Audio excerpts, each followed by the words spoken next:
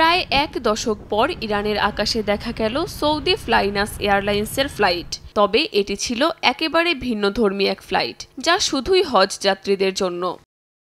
স্থানীয় সময় শনিবার ইরানের তেহরানের ইমাম খোমেনি আন্তর্জাতিক বিমানবন্দর থেকে সৌদি উড়োজাহাজ সংস্থা ফ্লাইনাসের ফ্লাইট রওনা দেয় পবিত্র ভূমির পথে। জানা গেছে, ইরানের মাশহাদে থেকেও একই রকম ফ্লাইট শিগগিরই চালু হচ্ছে। সব মিলিয়ে ৩৫,০০০-এর বেশি ইরানি হজযাত্রী এবার সৌদি আরবে যাচ্ছেন এই রুটেই। সৌদি বেসামরিক বিমান চলাচল কর্তৃপক্ষের এক কর্মকর্তা জানিয়েছেন, ফ্লাইটগুলো সম্পূর্ণভাবে হজ যাত্রীদের জন্য বরাদ্দ, কোনো বাণিজ্যিক উদ্দেশ্য নেই এতে। তবে বিশ্লেষকদের দাবি, সৌদি এয়ারলাইন্সের এই অংশগ্রহণ শুধু ধর্মীয় নয়, কূটনৈতিক দিক থেকেও তাৎপর্যপূর্ণ।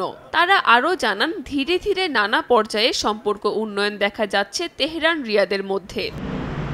২০১৬ সালে সৌদি আরবের শিয়া অনুসারীদের নেতা নিমর আল নিমরের মৃত্যুদণ্ড কার্যকরকে কেন্দ্র করে ইরানের সৌদি দূতাবাসে হামলা হয়। এরপর দুই দেশের মধ্যে সম্পর্ক ছিন্ন হয়, বন্ধ হয় সরাসরি হজ ফ্লাইটও। সেই বছর কোনো ইরানি হজযাত্রী সৌদিতে প্রবেশ করতে পারেননি। পরবর্তী সময়ে শুধু নিজস্ব চার্টার্ড ফ্লাইটেই হজ করতে পারত। তবে ২০২৩ সালের মার্চে চীনের মধ্যস্থতায় দুই দেশ পুনরায় কূটনৈতিক সম্পর্ক স্থাপন করে।